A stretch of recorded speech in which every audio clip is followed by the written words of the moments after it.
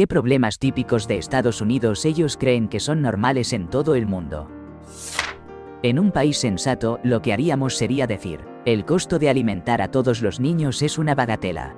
Igual lo eliminamos, sin complicarnos con pruebas de ingresos y simplemente lo ofrecemos a quien lo necesite. Pero, por supuesto, estamos hiper preocupados de que las personas con menos recursos reciban aunque sea un poquitito de ayuda que, en su opinión, no merecen. Mientras tanto, ignoramos los enormes subsidios a los ricos como si fueran lo más normal del mundo. La esclavitud institucionalizada. Aún en la actualidad, muchas cárceles mantienen a sus internos trabajando por una remuneración ínfima, a veces apenas 10 centavos por hora, en varios estados. Muchos de esos trabajos son los que sostienen el funcionamiento de los centros penitenciarios privados que los albergan, luego de haber recibido sentencias desproporcionadas debido a una supuesta mano dura contra el crimen. ¿Y quién crees que respalda la elección de esos políticos que impulsan estas leyes tan severas? Exacto, las mismas corporaciones que gestionan las cárceles. Es un ciclo voraz que genera enormes beneficios. Increíble, ¿no? Me preocupa mucho la idea de quedarnos en la ruina si llegamos a enfermarnos. Recuerdo una vez que estuve en una sala de emergencias en Estados Unidos y casi todos los que entraban tenían que presentar su tarjeta de crédito. ¿La razón? O no tenían un seguro médico, o simplemente no estaba claro si su seguro iba a cubrir todos los gastos. No sé cómo será en otros países, pero para mí eso es totalmente inaudito. Aquí en mi país, y creo que muchos pueden estar de acuerdo, lo normal es que si necesitas atención médica, solo entregas tu tarjeta del sistema de salud gubernamental y listo. Es un sistema que nos da tranquilidad, ¿no crees? La idea de que el acceso a cuidados médicos esté relacionado con tu estado financiero es realmente preocupante. Imagínate estar enfermo y además estresado por si podrás pagar la cuenta. Eso definitivamente no debería ser así. Solo porque no he visto mención de esto en los comentarios principales hasta ahora. Las armas, hay tantas cosas relacionadas con ellas. Simulacros en las escuelas para proteger a los niños. La idea de tener un arma en casa para defenderse. Pensando proactivamente en lo que podría suceder si alguien intenta asaltarte, ya que probablemente esa persona también esté armada. Sentir un nudo en el estómago cada vez que la policía está cerca. Porque ellos portan armas y, desafortunadamente, pueden actuar con rapidez en situaciones de peligro. Cada aspecto de la cultura armamentista en Estados Unidos es una locura para, al menos, el 95% del mundo occidental. Incluso en países donde hay altas tasas de propiedad de armas como en la caza o en Suiza. La gente no se enfrenta a esta realidad con la misma despreocupación hacia lo que, en esencia, es una herramienta extraordinariamente peligrosa. No estoy seguro de que se hable lo suficiente de esta extraña dicotomía que existe. Por un lado, una actitud relajada, combinada con la inquietante tensión de cualquier evento público. Situaciones que, en otros lugares, serían sucesos que ocurren una vez por generación y provocarían enormes cambios en las políticas nacionales. Allí son acontecimientos cotidianos, y parece que a nadie le importa hoy en día. Estoy en el Reino Unido, acabo de pasar por una operación bastante grande y me han dado licencia por 8 semanas. Ahora, estoy sentado en mi jardín, disfrutando un café y aprovechando el sol, con la tranquilidad de saber que, por un lado, la operación fue realizada por un cirujano increíble del Sistema Nacional de Salud, y por el otro, que me pagarán la totalidad del tiempo que estaré ausente del trabajo. Y eso no es todo. Es muy probable que regrese de forma gradual, y no perderé ninguno de mis días de vacaciones durante este tiempo. La verdad, el sistema de salud aquí es increíblemente frustrante. En países desarrollados, simplemente vas a un edificio o complejo destinado a hospitales y allí te hacen todo lo que necesitas. Pero aquí, en Estados Unidos, tu médico de cabecera te manda a otro lugar, y eso ya significa que tienes que programar otra cita, lo que a su vez requiere que pidas otro día libre en el trabajo. Un verdadero dolor de cabeza. Hace poco necesitaba buscar un dermatólogo. Encontré uno con buenas reseñas y decidí ir. Uno esperaría que esto fuera parte de un complejo hospitalario, pero no. Estaba en medio de un centro comercial, y el lugar parecía que antes había sido una tienda de bagels o algo así. Y ni hablemos de las clínicas de ojos. En mi país, hay hospitales públicos dedicados exclusivamente a la salud visual. Aquí, es otro cuento. Encuentras clínicas oftalmológicas dentro de tiendas como Walmart o LensCrafters. Las clínicas en LensCrafters dan la impresión de ser una fachada para atraer a la gente a comprar. Termino mi examen visual y, de repente, un vendedor se me acerca para ofrecerme unas gafas. Todo esto tiene sentido dentro de los límites del capitalismo. La salud es uno de esos servicios que, tarde o temprano, todos necesitarán, así que se presenta más como un servicio que como un derecho humano básico. La falta de independencia que experimentan los niños es realmente asombrosa. En muchas partes del mundo no es nada inusual ver a un niño de 7 años caminando por la ciudad o utilizando el transporte público con total naturalidad. Sin embargo, en Estados Unidos, si un pequeño se aventurara a hacer algo similar, podría enfrentarse a serias repercusiones legales por descuidos parentales. Increíble, ¿verdad? Además, está el asunto del transporte público. Si un adolescente desea salir, siempre depende de que alguien lo lleve en auto. Si sus padres se niegan, la salida simplemente no se lleva a cabo. Entonces, ¿cómo se espera que desarrollen su autonomía si nunca se les brinda la oportunidad de hacerlo? Es una situación verdaderamente complicada. Es impresionante cómo la gente se alinea políticamente de manera tan extrema. O estás a favor de los valores demócratas o te identificas con los republicanos. Y eso parece definir casi toda tu esencia. Llega a un punto en el que comienzas a criticar a personas con las que ni siquiera has intercambiado palabras, solo por sus creencias. Por ejemplo, mientras miro un video en YouTube o leo algo en Reddit, siempre hay un comentario que dice cosas como típico del republicano intolerante o liberal con una visión cerrada. Ni siquiera saben si esa persona es estadounidense. Y lo más sorprendente es el nivel de exclusión que surge de esta polarización. ¿No apruebas el matrimonio entre personas del mismo sexo? Bueno, pues ya no puedes ser parte del grupo demócrata. ¿Crees que la violencia armada es un problema? Ningún republicano querrá intercambiar ideas contigo. Y esos son solo dos de los muchos factores que definen a quién decides apoyar en las urnas. Parece que, al menos desde nuestra perspectiva en el resto del mundo, no hay estadounidenses que se encuentren en un punto medio. ¿Alguna vez te has preguntado cómo funciona el sistema de salud en Estados Unidos? Te cuento que es bastante complicado y, para muchos, frustrante. Imagina que vas al hospital y te dicen que un examen cuesta $300, pero aquí viene la parte rara. Si tienes seguro, el hospital podría facturarle a la aseguradora, sí, $1,200. ¿Por qué? Porque la aseguradora solo está dispuesta a cubrir el 25% de ese costo. Así que el hospital, para cubrir su parte, carga una cantidad exorbitante a la aseguradora y al final, si tú pagas en efectivo, solo desembolsas esos $300. Pero, de cualquier modo, el paciente queda registrado como un gasto de $1,200 para la aseguradora. Y claro, eso se traduce en un aumento en tus primas de seguro. Lo curioso es que estas cifras parecen hechas a la medida. Se ajustan según lo que cada parte considera necesario, sin relación a los bienes físicos o los salarios. No hay un patrón oro que establezca un estándar. Y lo más sorprendente es que ningún otro país industrializado entre los 30 primeros hace esto. A pesar de ser el país que más gasta por persona en salud, Estados Unidos tiene tasas más altas de mortalidad materna y postnatal, además de problemas como la obesidad y el cáncer. ¿Y qué tenemos a cambio? Solo un alto Producto Interno Bruto. Una situación inquietante, ¿no crees? Soy estadounidense y mi mejor amiga es australiana.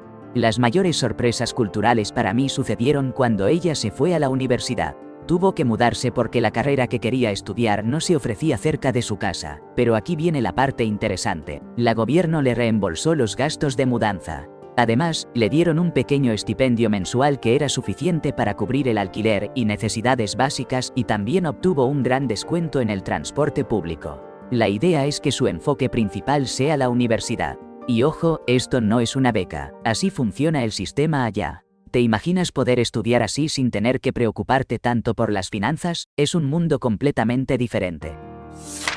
En los comentarios de este mismo post, Reddit me lanzó un anuncio de ExpatFile promocionando un software de declaración de impuestos para expatriados americanos. Así que sí, estoy convencido de que hay una industria de declaraciones de impuestos con suficiente poder de cabildeo como para complicar tanto las cosas que la gente tiene que pagar por ayuda para presentar sus impuestos. Y hay tantas empresas dedicadas a esto que cada una atiende a grupos más pequeños. Aquí donde vivo, las autoridades y mi banco hacen automáticamente mis impuestos por mí. Solo tengo que verificar que el número que dice el banco coincida con el de la autoridad tributaria. Si se equivocan, que nunca lo han hecho, me llevaría unos 3 minutos solucionarlo y si aciertan, solo 30 segundos. Eso es todo lo que tengo que hacer respecto a mis impuestos durante todo un año. En toda mi vida adulta que, la verdad, no es tan larga, he pasado menos tiempo en mis declaraciones de impuestos que el que me toma caminar hasta la tienda. Y hablando de eso, esa caminata a la tienda me toma como 5 minutos porque vivo en una ciudad donde la planificación urbana realmente funciona, lo que significa que no tengo que depender de un costoso automóvil para conseguir comida y sobrevivir. La vida en Estados Unidos parece realmente cara. No porque los precios sean más altos que en otros lugares, sino porque hay que gastar dinero en cosas que es absurdo pagar. Cosas como la salud privada, la dependencia del automóvil, la devolución de impuestos y la educación, todo lo cual es innecesario o debería ser gratuito. Como francés que vivió en Estados Unidos, específicamente en Nueva York, me topé con varios aspectos realmente sorprendentes que me hicieron sentir un choque cultural, sobre todo viniendo de un país que, aunque diferente, tiene su propia magia. Una de las cosas que más me impactó fue la adicción de los estadounidenses al aire acondicionado. Es como si no pudieran vivir sin él. En mi trabajo teníamos edificios con calefacción y aire acondicionado al mismo tiempo. Y ni hablar de las tiendas, que tienen las puertas abiertas mientras el aire frío sale a raudales. Es bastante raro, ¿no? Imagínate, afuera puede estar haciendo un calor infernal y, de repente entras a un lugar donde sientes que acabas de entrar a un refrigerador. Luego está la cultura del dating, que se siente completamente diferente. No quiero decir que la nuestra sea mejor o peor, pero allá parece que todo sigue un código muy estricto. Las cosas son tan complicadas en ese sentido, hay tantas reglas y expectativas. Hablando de expectativas, la preocupación por el medio ambiente me parece prácticamente inexistente entre las personas. El enfoque en cuidar el planeta a nivel individual parece no estar en la mente de casi nadie. Eso fue un verdadero choque para mí, viniendo de un lugar donde ese tema importa. Y no puedo evitar mencionar la cantidad abrumadora de publicidad. En todas partes te bombardean con anuncios. Visitar sitios web relacionados con el mercado estadounidense es como entrar en un laberinto. Son horribles para navegar. Desde Autotrader hasta Craigslist, la experiencia es frustrante. Intentar ver algo en la tele es igual de complicado. Con tantos comerciales que simplemente no puedes disfrutar de un programa. Además, me generó mucha sorpresa encontrar comida mediocre en lugares como CVS. Sí, en una farmacia. No entendía cómo era posible tener comida de tan baja calidad en un lugar donde esperabas comprar medicamentos y productos básicos. Y luego, está el sistema de puntuación de crédito. Para rentar un apartamento necesitas tener un buen puntaje. Pero, curiosamente, no puedes obtener una tarjeta de crédito si no pones tu propio dinero como garantía. Si tengo que colocar $2.000 como respaldo para obtener una tarjeta con un límite de $2.000, ¿dónde está la lógica? Al final, eso se siente más como una cuenta de ahorros con interés negativo. Hablando del transporte, los precios de trenes y autobuses son bastante altos y, sinceramente, dejan mucho que desear. Los aviones funcionan bien, claro, porque el país es enorme, y eso es algo que entiendo. Pero en la ciudad me preguntaba, ¿cómo puede ser tan difícil caminar o encontrar un autobús? De verdad me sorprendía. Esto me lleva a la seguridad en los aeropuertos y en eventos deportivos, incluso en museos. La seguridad es estricta, y por momentos pensaba que la vida antes del 11 de septiembre debió haber sido mucho más tranquila. Y para cerrar, la calidad de la comida en general fue otra gran sorpresa. Hay tanto que decir sobre eso que simplemente me dejó pensando en lo diferente que puede ser todo. Y en Nueva York, todo se intensifica, es un caos absoluto. La gente grita constantemente, hay un ruido ensordecedor por todas partes, las sirenas no dejan de sonar, y en los bares tienes que hablar a gritos por el volumen de la música. Es todo un experimento sensorial, sin duda. En fin, la experiencia fue una mezcla de asombro y confusión total. Soy profesor de secundaria y antes fui técnico en emergencias médicas y bombero de segundo nivel en California. La verdad es que no tengo suficientes libros para todos mis estudiantes, pero recientemente me dieron un kit de trauma que podría usar casi para manejar un código de trauma. Este kit incluye 4 torniquetes, 5 vendajes abdominales estériles grande, un producto para detener sangrados y no sé ni cómo es posible que esto sea legal, y varios suministros para incidentes de múltiples víctimas. Así está la situación normal en una zona semirural del medio oeste de Estados Unidos, ¿no es sorprendente? En lugar de enfocarnos solo en la educación, parece que también tenemos que estar preparados para lo inesperado. Como observador externo, he presenciado numerosas y apasionadas discusiones sobre el uso de los baños públicos, especialmente en el contexto del relevante debate sobre la comunidad trans. En Italia, por ejemplo, es común que la puerta exterior de algunos baños públicos se mantenga abierta, lo que reduce considerablemente la probabilidad de interrumpir la privacidad de alguien si entras al equivocado. Esto se debe a que cada cubículo está diseñado como un pequeño refugio, con paredes de ladrillo y puertas que llegan hasta el suelo, como debería ser. La realidad de no contar con privacidad incluso entre personas del mismo sexo o género en Estados Unidos, y sin opciones que garanticen un espacio personal, me parece completamente incomprensible. ¿Te imaginas enfrentarte a esa situación? La privacidad es un derecho fundamental y no puedo entender cómo se ha llegado a tal punto de desprotección y vulnerabilidad. La cultura de las propinas es toda una historia, ¿verdad? En Estados Unidos, es casi un ritual dejar al menos un 20% de propina en restaurantes, salones y hasta para el servicio de entrega. Pero, en muchos otros países, el precio que ves es el que pagas. Allí, las propinas son casi inexistentes o incluso se pueden considerar de mala educación. Y no hablemos de las facturas médicas, eso sí que es un susto. Imagínate que te rompes un brazo y al final terminas con una factura de $10.000 y, para colmo, una especie de vínculo traumático con tu representante de seguros. Es una locura.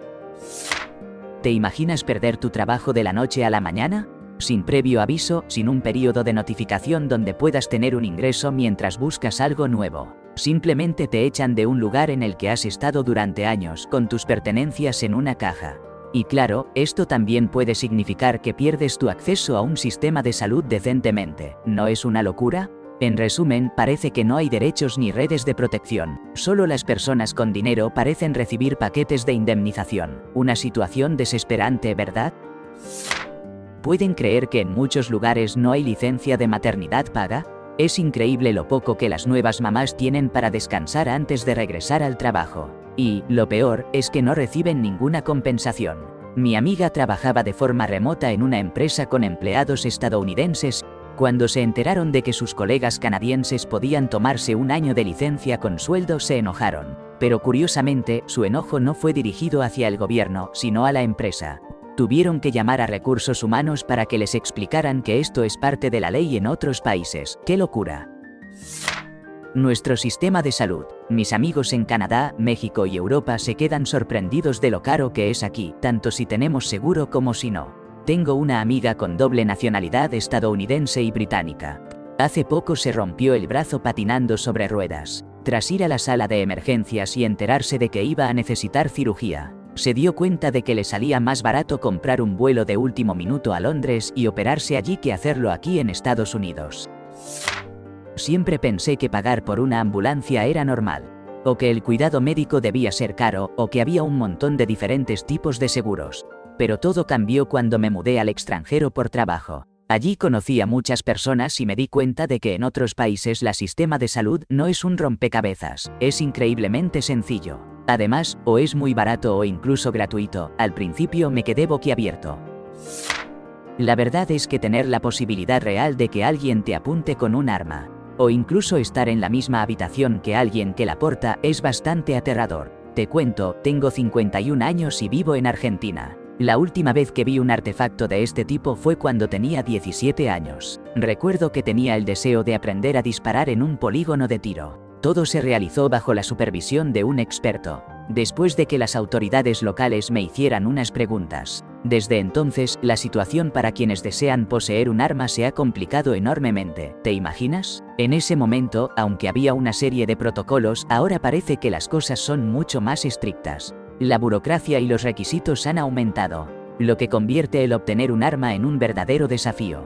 Todo esto me hace reflexionar sobre la seguridad y el miedo que muchas personas pueden sentir en la calle. ¿Quién puede decir que se siente completamente tranquilo en estos tiempos?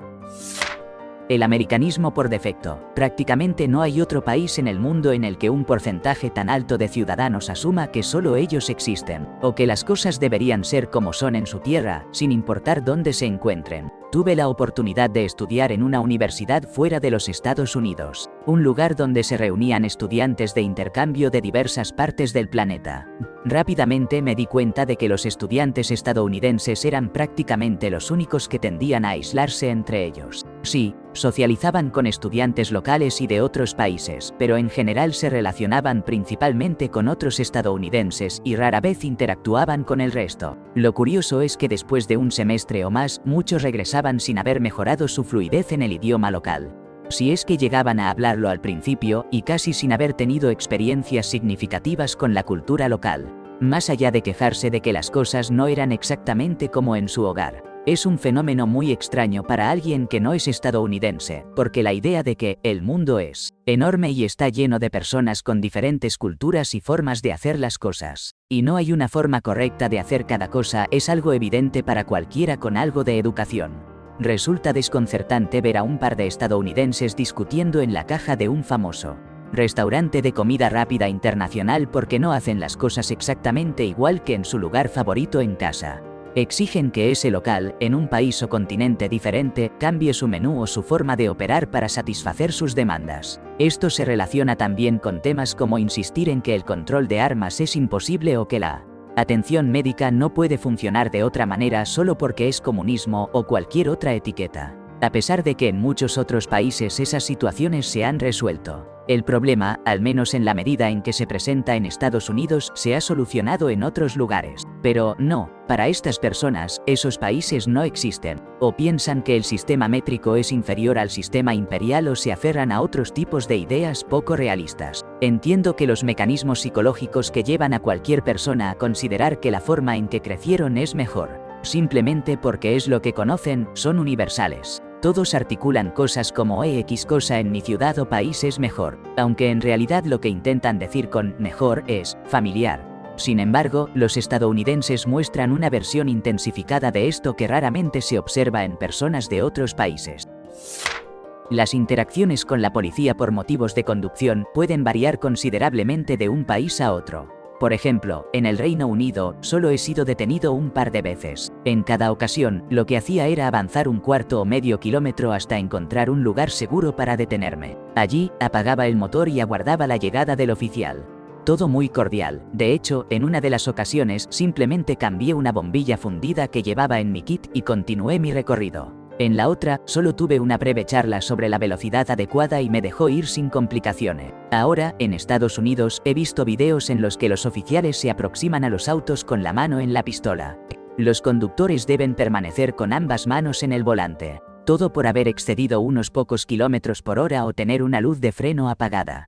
¿No es inquietante tener tanto temor respecto a lo que un oficial de policía podría hacer? Especialmente un oficial de tránsito que se supone que solo está verificando que todo esté en orden con el vehículo o que se cumplan las normas de conducción. Por supuesto, todo cambia cuando los policías responden a una situación de emergencia, como un robo o un caso de violencia doméstica. Y si un coche está involucrado en una persecución o un delito, es comprensible que se actúe con precaución. Sin embargo, parece que la norma implica asumir que cada pequeño error es el acto de un criminal armado. ¿No debería ser lo opuesto? La verdad es que me deja perplejo pensar en esos días limitados de enfermedad. ¿A quién se le ocurre que si te sientes mal con frecuencia, ya no puedes estar enfermo el resto del año? No es de extrañar que la gente se queme tan rápido. Y eso que no se pueden dar el lujo de desperdiciar sus días de enfermedad. Aquí en Alemania y supongo que en muchos otros lugares la cosa es diferente. Si estás enfermo, simplemente estás enfermo. Mientras traigas una nota del médico, si te enfermas más de 3 días, todo está en orden. Así debería ser.